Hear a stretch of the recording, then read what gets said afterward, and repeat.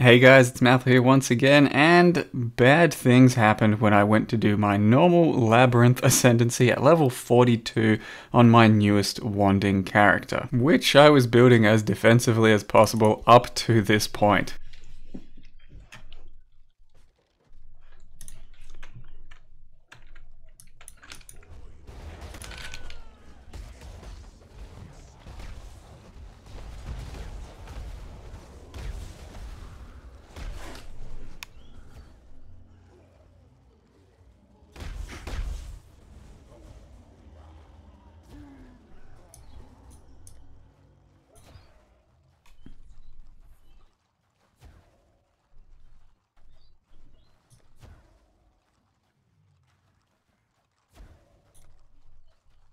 So if you watch that clip back and you don't really understand what happened, I don't blame you, but I will explain it for you. At that point, I was fairly defensively built. I had something like 1700 life by level 42, just finished Act 4 normal. I went into the Labyrinth and a lot of the Mayhem mods spawn inside the Labyrinth zones, including the very last zone, the Treasure Room, which had a mod of 20 additional invaders, or invasion bosses. Now, it's not going to spawn 20, it usually spawns something like 4 to 8 in that last room if it's got that modifier. And 2 of those bosses that spawned happen to be the Reflect Porcupine. Pretty much all situations there, I would be firing out a kinetic blast to try and feel out the invasion bosses and play defensively, but I fired it out, hit both of them, and died to Reflect instantly, even though I have killed several of them before in previous encounters throughout this leveling experience and just recently, and I'm not that Reflect heavy because I have some good defense, some good life, and my damage isn't completely absurd at this stage. But that is Reflect, that is Invasion, and that is just how things go, and that is why I'm not a big fan of Hardcore, because I felt pretty fucking devastated after what was one of the dumbest deaths I've ever had.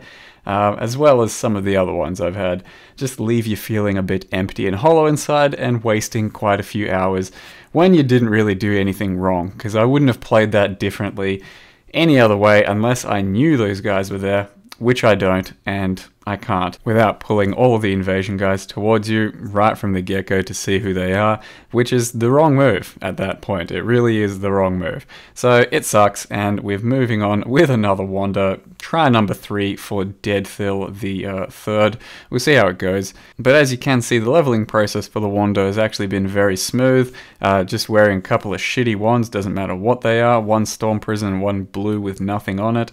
And just a few little flat damage pieces here or there. A 4-link kinetic blast really gets you going under all the circumstances, and a tabula, of course, for the 6-link on barrage helps quite a lot for single target. My single targets are pretty substantial for what it is at this level, and sometimes I swap into my offhand, which is Death's Harp, for a stronger barrage, since I have a Death's Harp and my wands suck balls compared to it. So sometimes that's just how things go, but I do want to show you guys real quick just how it is to level a wander at these early stages, because it's pretty straightforward and very generic. You don't really need a lot of anything, and it does work. It just is a little bit trickier than some other setups that are very straightforward. Personally, I start out as a ranger because I'm going Pathfinder this time around. It could have been Raider, it could also be Deadeye. They're all very good options for wanders.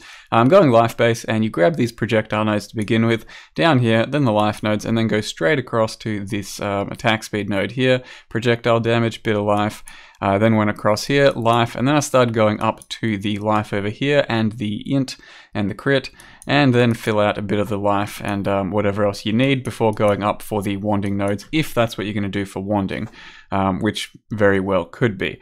Now, this is just going to be a life base for a leveling. It might turn into CI, but ultimately what you're looking for is to start your leveling process out with either bows, just some good unique bows. They are really amazing for the leveling process because you don't pick up any specific nodes for quite a long time, so you can go either bows or spectral throw with this passive tree while leveling, which is a lot easier than wanding. And the bows are really good. You use something like shrapnel shot or lightning arrow for most of your clear, especially with the Roths for most of the way. And for spectral throw, you just use whatever weapons you've got laying around. like, you know, unique nailed fists, red beaks, all that sort of stuff. And it's really smooth. And then by the time you hit 28, you can pick up Kinetic Blast. At that point, you want to attach it to LMP and probably Wed. So it's something like a 3-link, and it works pretty well. It is very mana intensive though, so you're always going to need a mana flask on you, and most of your damage scaling is going to come from flat damage. So for a very long time I was running Anger for the build, and I still can, but currently I'm running 2 Heralds, which is a Herald of Thunder and Herald of Ice.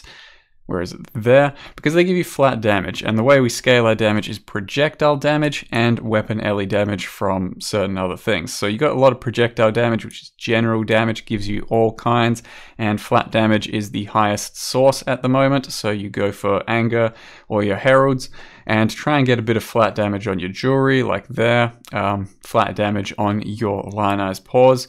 They're pretty damn good. And then just the wands at the moment I've crafted are absolute pieces of shit. They just have a little bit of cold, and I crafted a crit onto them. Doesn't have to have cold, can be fizz, can be lightning, can be fire, as long as it's a bit of flat damage, and that gets you going. And Kinetic Blast is strong enough that it's going to carry on its own at that point. You then have to worry about your 4-link for your Barrage, which currently isn't very good. It's just Barrage, weapon elemental damage, faster attacks, and added fire. Ideally, you'd get an added Chaos in there, or an added Lightning, or an added Cold instead, but at the moment this is just my residual 4-link from leveling with the bows.